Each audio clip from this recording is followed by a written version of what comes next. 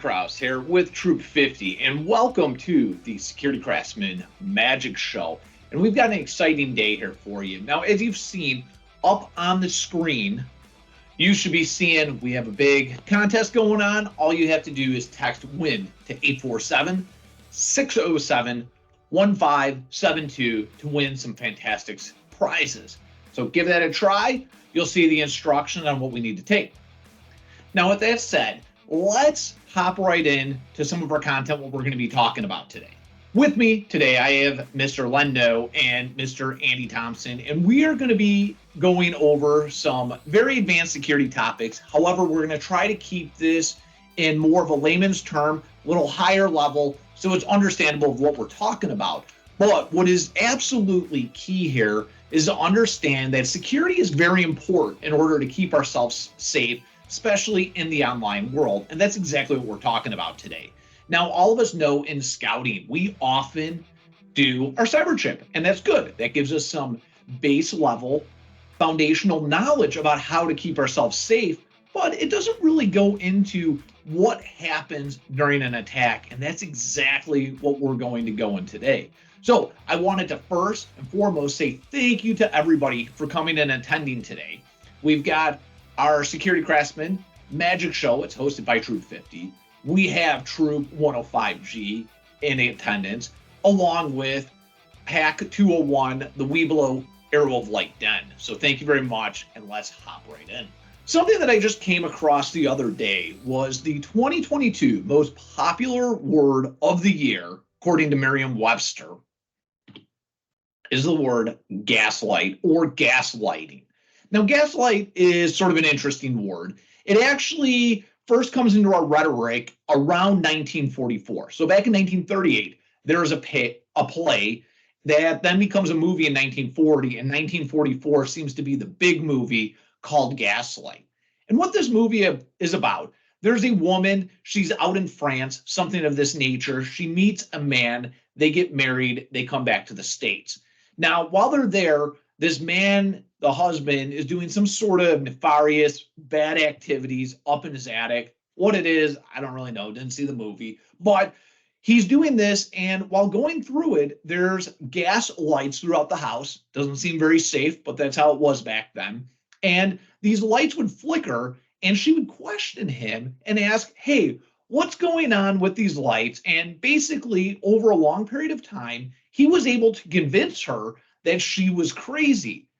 Now, as luck would have it, or good fortune, there's a detective that comes into the scene. He sees what's going on, comes and saves the day. And at this point, this is where we start to get to see the word gaslight come into our common rhetoric and used in our language. And now it's a very popular term. What gaslight is, it's the act or practice of grossly misleading someone, especially for one's own advantage. And that really ties nicely into hacking, because when you look at hacking, there is definitely some very technical parameters to it, but hacking is often very much about social engineering. Now, let's talk a little bit about social engineering. I had on the screen here my little win some prizes, and if you text a message, those of you that did this, you saw you got a text message back, and in that text message back, it said something about play today's Wordle to win a prize, and it also had a link to my LinkedIn if you want to connect with me. That's awesome. Now, I'm a trustworthy person. I'm one of your scout leaders. I wouldn't actually send a bad link to you, but this is how people trick you. They pressure you, they make you feel like you're going to win something, or they put some time-bound commitment that rushes you to make you feel like you have to act now. And when we start to do that, that's where we make bad decisions and get tricked. Now, when we think of hacking, we think of advanced code behind the scenes and really bad guys lurking in the dark. And that's a lot of what attackers do and what attacking is. But attacking does start with social engineering, gaslighting, if you will. And with this is just doing phishing attacks, getting you to click on links. And this is something we're going to talk about today and show you how some of these very simple acts expand out into something very bad.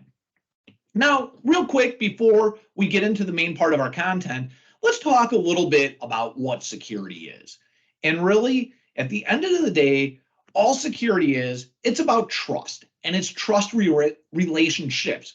What can I trust? What can I trust? And that's all a very fine line sometimes of what's good and what's bad. Now, when we think about scouts is all about trustworthiness, right? Because what is the scout law, the first point of the scout law? It's a scout is trustworthy, and trustworthiness is absolutely important. Trust is what builds our society to be great. That's why America has turned into such a great country, and that's why we have an awesome world we live in, is because people can trust each other. But bad people are always going to violate your trust, and that's exactly what we need to be careful about and what we're going to be talking about throughout the rest of this presentation. Now, with that said, I wanted to introduce to you to two very special guests who I am pleased to say are my friends. Now, all of us work at a company called CyberArk. CyberArk does some very advanced security controls that protects all of the world's computer systems at some of the biggest corporations and government agencies worldwide. I'm on the sales side of the house, and we have Mr. Len Noe and Mr. Andy Thompson. Now, they have very unique jobs here at CyberArk, and their jobs are to think and tinker. Basically, what they do, they try to break into systems and try to find their way through processes. And the whole purpose of that is so they can go and educate people worldwide about how to keep themselves safe. Now, Mr. Len Noe, he has a background coming from Detroit, where he used to be part of a motorcycle club. Kind of got himself in a little bit of trouble, but over time he came to the good side, and he's now a white hat hacker, and he educates people on ways to keep themselves safe. He's also going to talk a little bit about biohacking, which is really a fascinating subject. And then we have Mr. Andy Thompson. Andy and Len, they both travel all over the world, and they travel a ton. But one of Andy's specialties is doing travel hacking, where he finds all sorts of ways to use various point systems so he can take his family on vacations, do some really cool things of that nature. And then he also runs the Dallas Hackers Association, where he brings all sorts of hackers, white hat hackers, good guys, across Dallas into meetings every month so they can really share their craft and better the world. With that said, I would like to introduce Len and Andy, who are going to take us through some various attack scenarios and talk about ways to keep ourselves safe. Thanks a lot, Brian. So we're going to start off today by talking a little bit about something that should be very familiar to everybody. QR codes. You know, those funny little digital squares that we see in advertising, we see them in restaurants. These things are not as safe as we think they are at face value. Slide, please. So I'm going to show you the first attack, and this is actually going to be initiated from just scanning a QR code. So at this point, I'd like to think that everybody's pretty familiar with the concept of phishing, and I'm not talking about the kind with a fishing pole and a rod and a reel. So everybody's pretty familiar with the idea of email phishing, and that's what the graphic on the screen is meant to represent. So in this scenario, the attacker would send an email to the victim would click on a link, they would wind up at a phishing website, possibly a spoof of Google or Amazon or something else, but they're actually sitting on an asset that's owned by the attacker. So as you're putting in your information, you're just giving it to the bad guy. Slide, please. So let me show you guys what this would actually look like in real life. So we're going to go ahead and hit play. So we're going to start out on the tablet or the laptop or the phone. You know, all we got to do is pull up the QR code scanner. And I don't know how it is where you guys are, but here in Texas, we're seeing a lot of people looking for jobs. So we see a lot of flyers and things around grocery stores, possibly at the local supermarket. You know, somebody's going to scan this, and they're going to go to what they would think would be some kind of a job website, a job fair, because that's what the flyer was advertising. And we see here we're showing up on a site that it's called Job Finder. Looks pretty professional. So at this point, let's go see what kind of jobs are available. And as a public speaker, I do a lot of time with marketers and marketing departments, so I'm going to pick on the digital marketer. If we come in here, we see that this is a post for what appears to be a legitimate looking job, and there's a button that says that you can apply now. Brian, if you could just go ahead and fast forward this a little bit. So at this point, you would go through filling out all of what you would normally assume would be information that could be used to try and get a job. What type of position are we looking for? I want the CEO. My salary requirements are $100 million. I can start today. Under references or comments, give me a job. You want to be, confident in your approach to getting employment. But unfortunately, this didn't really wind up being a job application. So if we take a look back on our attacker's machine, at this point, all we have to do is open up our email, and all you did was fill out a form and send all of your PII or your personally identifiable information to somebody else. If you think back when we scanned that original QR code, there was a little pop-up there that said, do you want to open, copy? This is the time for you to stop and look at that link. Most people understand not to click on things if it's in an email.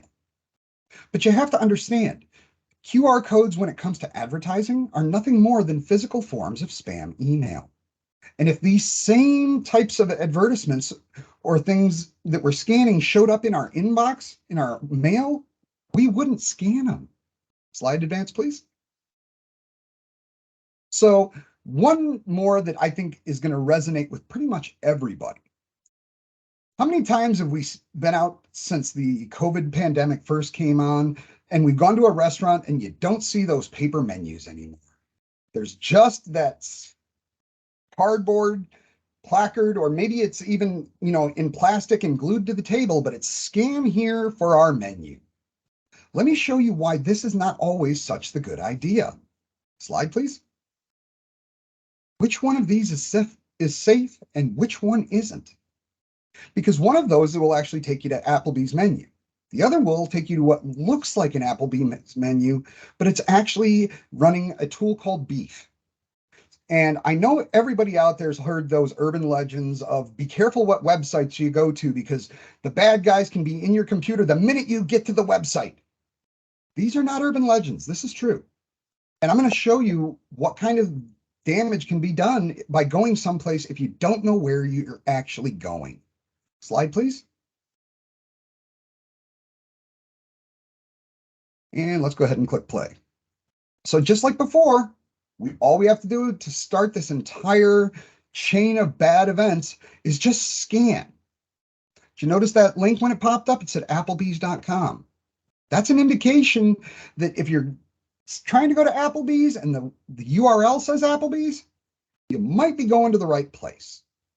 So let me show you that tool that I was just talking about. So if we go ahead and launch Beef, it takes about 5 seconds to get going. Give it a few seconds, and that's it. We're up and running.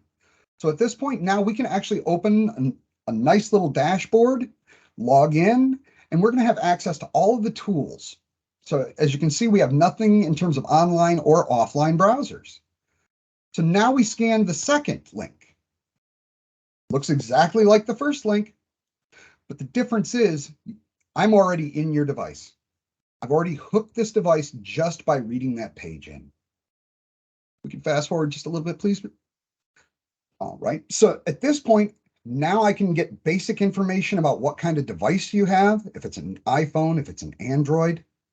I can even locate you geographically using the GPS satellites. I can list every other device that's on the same network that your device is connected to.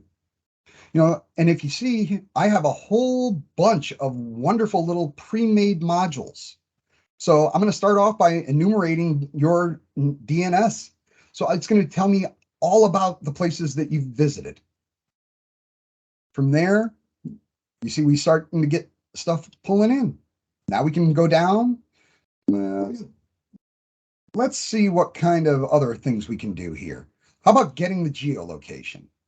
So at this point, if I want to know exactly where you are anywhere in the world, all I have to do is run that command, and I have full latitude and longitudinal coordinates to exactly where you are. This is very scary. We can even go down and do a little bit of social engineering. So like if you're using a password keeper like LastPass and I know it, I can send a fake logon screen to your device, and it looks like you're just logging into your password keeper, but you're actually giving me the ultimate password so that I can then get access to all the rest. If you could speed it up a little bit, please, Brian. This takes just a little bit. But yeah, as you can see, looks like the LastPass login. And if we go back to our attackers box, we'll see every single one of those keystrokes come across as its own entry. And we can look at the entire login process just by clicking on the header. There's the username, and there's the password. So when it comes to QR codes, take that extra second. Be careful and try and make sure you know where you're going.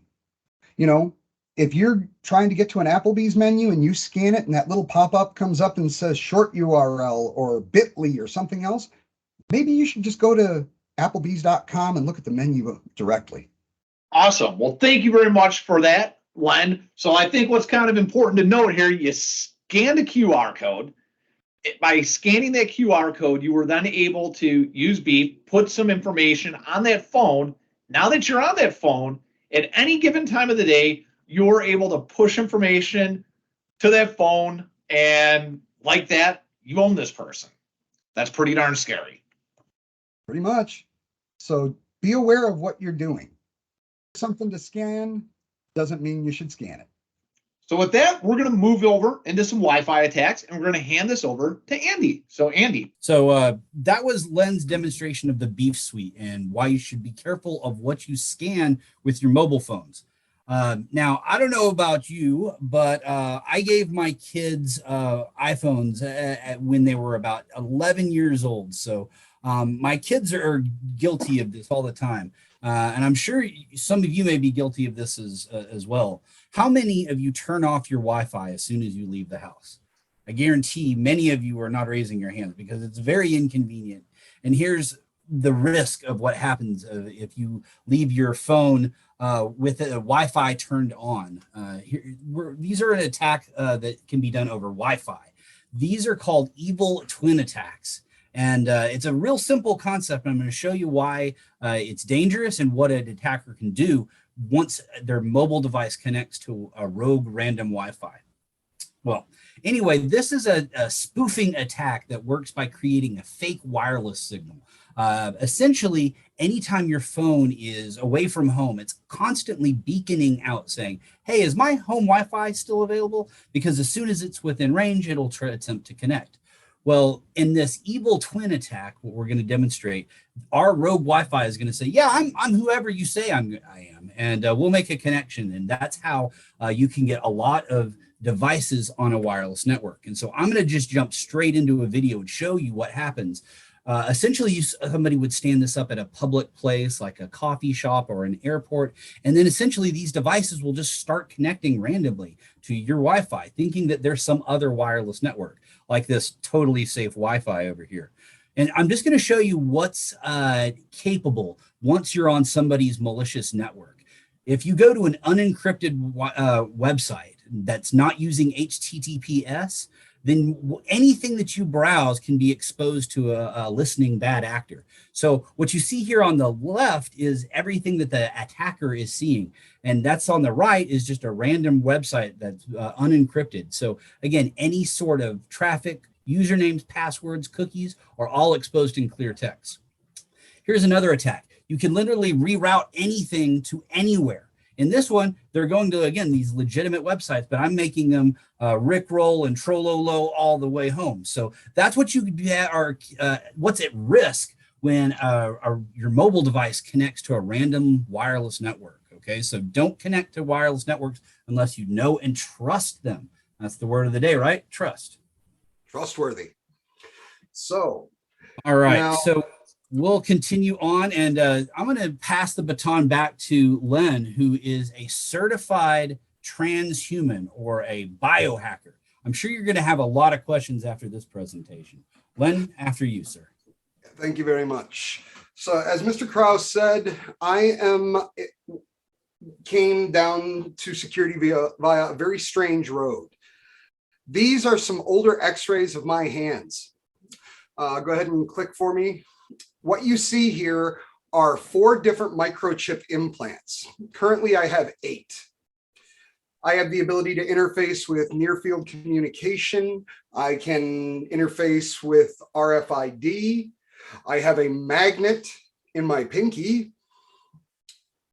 So I don't know if y'all can see that, but I've got a chain basically just dangling off the end of my finger. I have a credit card in the front of my hand. I have a large implant in the back of this hand. And essentially I have the ability to hack or interface with devices through direct physical contact. So I can actually break into people's phones by touching them.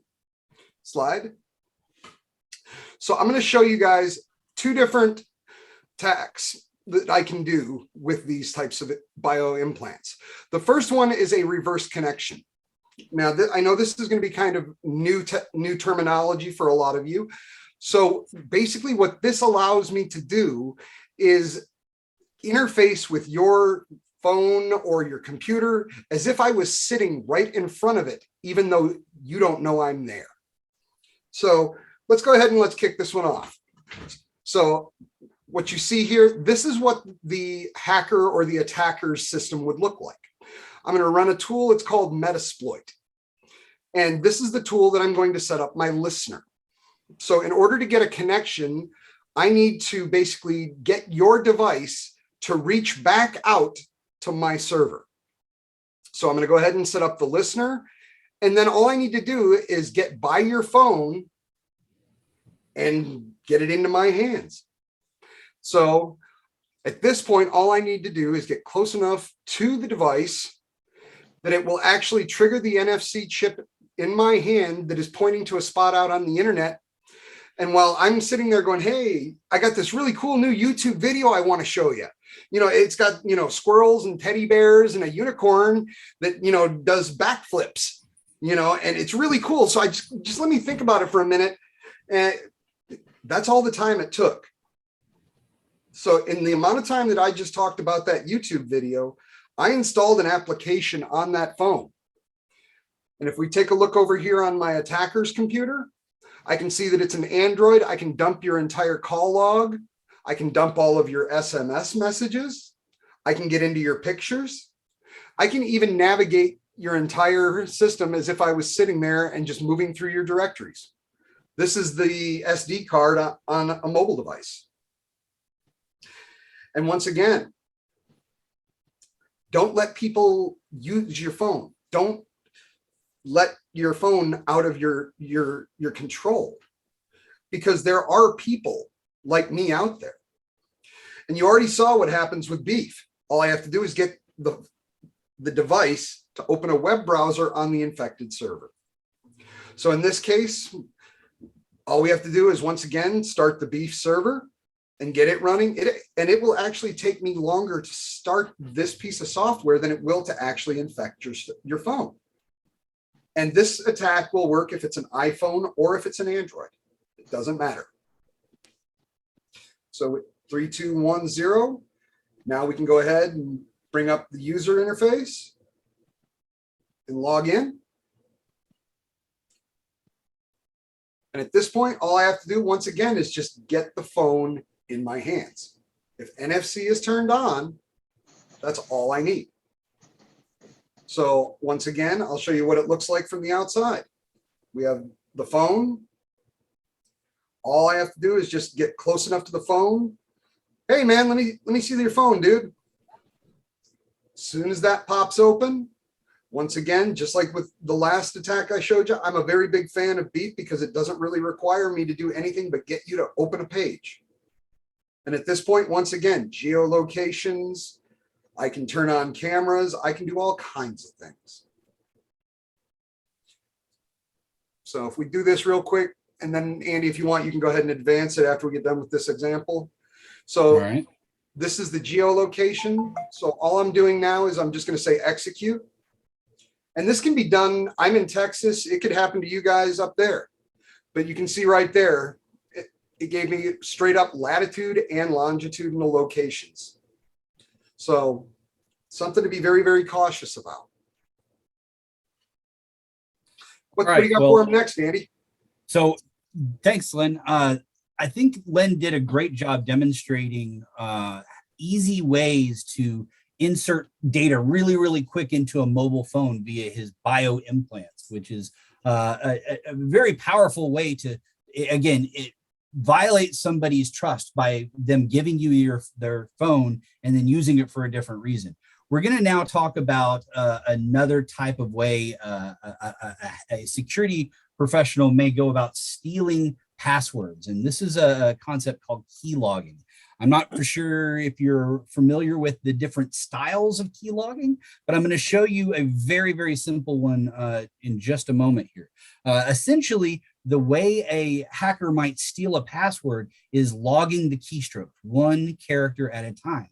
Now, there's two styles I was mentioning. There's the hardware-based, which is a physical dongle that will sit between the keyboard and the actual PC device. Now, this physical device may have like an SD card that then you can then read all the characters that were typed. The more interesting style is now more covert, which is kind of like top secret style and hidden. This is a method called the OMG cable, and it looks exactly like an iPhone lightning cable or a USB-C cable. And it powers the device just like it normally would, but it also is broadcasting its own pirate wireless signal. And this is what you're using another mobile device, for example, to connect to and log the keystrokes and inject the keystrokes at the same time. Really, really cool stuff. This retails for about $150 online. There's also a whole different style, and this is software based, and this is built in to all those back end command and control frameworks that Len was talking about. And it's also used by TikTok. Yeah, how many of you have TikTok on your phones, right? I do. I have some really cool people on TikTok that I follow that are really good into hacking. And I found out that the TikTok app supports JavaScript keylogging. So if you've logged on to any websites or logged any passwords while you were in the TikTok app, then you could be leaking your passwords. This is a really quick demo of logging into a website. Ooh, big, I know, high-tech stuff here, but unbeknownst to the user, there's a keylogger running on the back end. So what I'm going to do is I'm going to physically type in my password now into Craigslist. And then what I'm going to do is I'm going to stop the keylogger so that what you can see what it looks like from the hacker's perspective. All right. So now that we've logged onto the website, we're going to stop the web service. And then you're going to see the password in clear text, plain as day. There it is, folks. It's this word called positive horse battery staple. If anybody knows what I'm talking about, raise your hand. It's kind of a nerdy joke.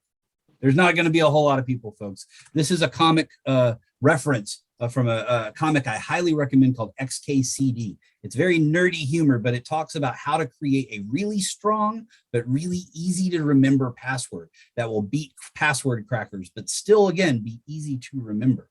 So that's just one way to go about stealing passwords. Another is malware. How many of you are familiar with malware? Anybody? I am. I know Len is. I'm going to show you another way to steal something from a your web browser. I mean, everybody uses like Internet Edge and Chrome and Firefox. Well, in addition to passwords, there's also these things called cookies that you need to be aware of.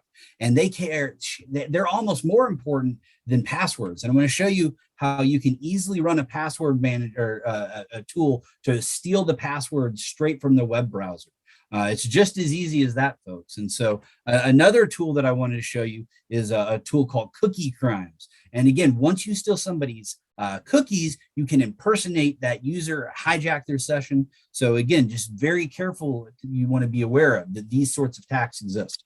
Here's one that we're going to bypass a thing called multi-factor. This is really high tech and like bleeding edge stuff, folks. What we have here on the right is our victim's machine. They're logging on to their website, or in this circumstance, Gmail, with their username and a password and their mobile phone, which is a really good thing. Multi-factor is the way to go for sure.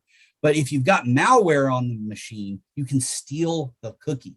And so what happens is I'm running this malware and I've stolen the cookies from one machine. I'm going to move them over to this other machine. On the left side, this is the attacker's machine. And we're using browser extensions to make our own special cookies stolen from our victim's machine. And once you do that, you don't even have to know what their password is. All you have to do is go to Gmail because you've stolen the cookies, and bada bing, bada boom, we've hijacked the session. So now I can read the person on the right's email. So that's the dangers of malware, why you don't want malicious software on your machine. Excuse me. Now, Len also mentioned earlier phishing in regards to deploying malware, stealing information. The basic premise behind this is a fake website, making someone go to a place where they're not supposed to be, thinking that they are. What I'm going to show you now is a real quick and quick and easy way to what we call create a phishing site using a website called Social Engineering Toolkit. This has pre-built templates that make going and making credential harvesting techniques very easy. So this is what you need to be aware of. When somebody creates a website like this, they're often using unencrypted web servers. So they don't have like the checkbox or the lock, next to the web browser. That's a real key indicator that you're not going to a good website. So you can see right there, there's a telltale sign that we're not actually on Google. We're on our fake website that was stood up. So now I'm going to go ahead and again, try to log on using our username and password, positive horse battery staple, if you must know. And we think we've logged on to Google, but on the back end, this is what the attackers see. This is what the hackers see, is there's a Rainmaker and my super secret password. Well, it's not so super secret when you type it into an untrusted website. So there you have it, folks, the dangers of phishing. All right, now I want to move forward really quick to my favorite thing, and these are HID attacks, and these are actually hardware devices. This is why you shouldn't walk away from your machine, because much like how Len was able to use his bio implants to insert malware, you can do a lot with these very small devices. HID stands for Human Interface Device. Essentially, it's a glorified keyboard or mouse that you can programmatically do some amazing typing, folks. You can type at incredible speeds, and I'm going to show you just a few of my favorite toys. This, what I've got in my hand right here, it's about the size of a quarter. I don't know if you can see it, but this is the bad USB. This allows you to plug it in, and instead of seeing a Arduino board, it thinks it finds a keyboard, and bada bing, bada boom, it just magically starts typing away at superhuman speeds. Now, I don't know if Brian's given away any prizes yet, but does anybody know what that's from? Hack the Planet. I do. You're not that old, Andy. I am not seeing any hands up on Hack the Planet. Well, guys and girls, this is the best movie ever, 1995's Hackers, starring the young Angelina Jolie. I highly recommend you check it out. This is, again, one of my favorite movies of all time. It's a good, quintessential movie for all young hackers out there. So anyway, the next toy I want to show is this. This is a USB rubber ducky. It looks just like a regular flash drive, right? Wrong. Inside, it's got an SD card that you can actually program scripts to, again, type out at superhuman speeds. Much like Len was making people download malware, I'm going to show you what else we can do. In this demonstration, we're just going to type and do a series of keystrokes really, really fast. We're going to a website, pulling down a file, opening it within Microsoft Paint, saving it as the wallpaper, and closing everything, trying to remove all traces, except for the giant wallpaper change you've just done. So that's what you should be aware of if you leave your phone or your computer unlocked nearby. Potentially somebody could do this or much, much worse. So this is another type of a device that we're seeing a lot of in the wild today. This is the Flipper Zero. This is the new hotness when it comes to hardware hacking. Not only is this doing keyboard and HID attacks, but it also will do radio frequency attacks, replays. In fact, I've actually popped open the charging ports of many a Tesla in my neighborhood. So be aware, Tesla owners. But anyway, I'm going to show you how this thing and how fast this device can type. I'm going to make a piece of art, and I want to see if any of you can guess what it is before the image completes. Okay, so any guesses, yell them out. Okay, what is this? Mona Lisa. Oh yes, you are correct. It is the Mona Lisa. Look at the beautiful work of art we've created, just typing at superhuman speeds, folks. Again, this is just a demonstration of the capabilities of this hacking tool. In a malicious use case, an attacker could steal passwords, those cookies I mentioned earlier, and a whole lot worse, more nefarious than making you look at some fine art here. Another attack I want to show is a WHID cactus. Now, this does the same style of attack where it's typing out commands, but this time it's done remotely because it's broadcasting its own wireless network. So all I have to do is plug this in, walk away, and I can do this remotely. And that's what I'm doing. From my mobile phone, I'm connecting to the wireless cactus's its own pirate radio frequency. I'm going to go in and I'm going to run a payload called Rick Roll. Anybody know what the Rick Roll is? Somebody knows. I guarantee the scout leaders know. I don't know you folks. No, we got a bunch of hands going up for the Rick. There we go. I got to tell you, folks, Rick Astley has done more for end user awareness, cybersecurity training than anybody I know. Everybody will think twice about looking at a YouTube link after you've been Rickrolled. Anyway, I want to showcase one of my favorite hit attacks of all time. This is the one that got Len and I on the map. We actually did this attack at a conference and it didn't work. It failed miserably, or so we thought. It actually ended up being successfully executed at somebody in the crowd's computer. So anyway, this is Mousejack. There are wireless mice and keyboards that are vulnerable to this sort of an attack. So if you have the right hardware, you can do some amazing things. This is my last demo of the night, folks. In this circumstance, the machine on the left has our wireless keyboard and mouse from Logitech, and we've got a password file that we're going to protect. Right? Wrong. Well, on the right side here, with our wireless hardware, we are able to scan for the vulnerable mouse, and we can start executing payloads. And so what we're doing again is taking control of that keyboard and typing out at super fast speeds. And so much like what Len was showing earlier, that command and control framework, that's what we're basically connecting to. So now we've taken over the machine. We are literally hands-on keyboard control. And so what we're doing now is we're going to take a look at the system information to make sure that we're properly plugged in and we properly hacked this machine via their keyboard. Now we can move and discover files and discover password files, for example. So now what we're going to do is look at that password file that we were so protecting earlier. And you can see right there, folks, there's the passwords. Clear as day. We were able to wirelessly hack that machine via their vulnerable keyboard and mouse. The next thing we would do, a typical hacker would not leave traces behind, but this is just to further demonstrate that we not only have read access, but write access as well to that hacked machine. We created a folder on the desktop called hacked, and there you have it. So that is the coolest hack that I know of, and that's the jacket attack from Bastille, the Mousejack attack. And now this is the next wave of it. We've modernized it, we weaponized it, and we've made it a mobile attack. This, folks, is Andronio Banderas.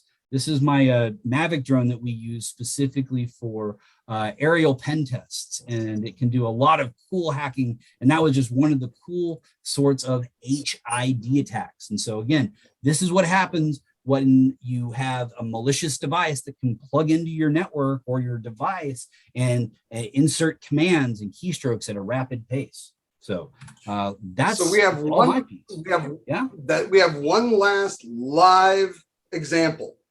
We should save that one for the end, don't you think, Len? Well, this is the end. We got to go dark and then come back, man. You know, it's an encore. Okay. So you guys have seen Andy's WHID cactus. You saw Andy's USB rubber ducky and his bad USB. So I'm here to show you that there are much worse things that you can plug into a computer than something like what Andy just showed you. This is called a USB killer. Let me get mine out too. Hold on. So what this is 6 capacitors that are all wired in series. That once they actually all charge up, they push that electrical voltage back through the device and destroy it. And we do have the attachments so that it will work for micro USB, USB-C, or Lightning. So let me show you what this kind of thing can do. Bear with me for a second. So I got this demonstration set up for everyone. So this is just a shield so I don't destroy the hardware. You'll see I have a red wire and a black wire. And we are not going to let them touch yet. So the minute I plug the device in, this is the kind of current that would actually be getting sent back into your computer. So Andy and I decided that the best way for us to end our presentation is to give you a live example of what a USB killer looks like. You ready, Andy? All right. And 3, on 2, 3, 2, 1, plug them in.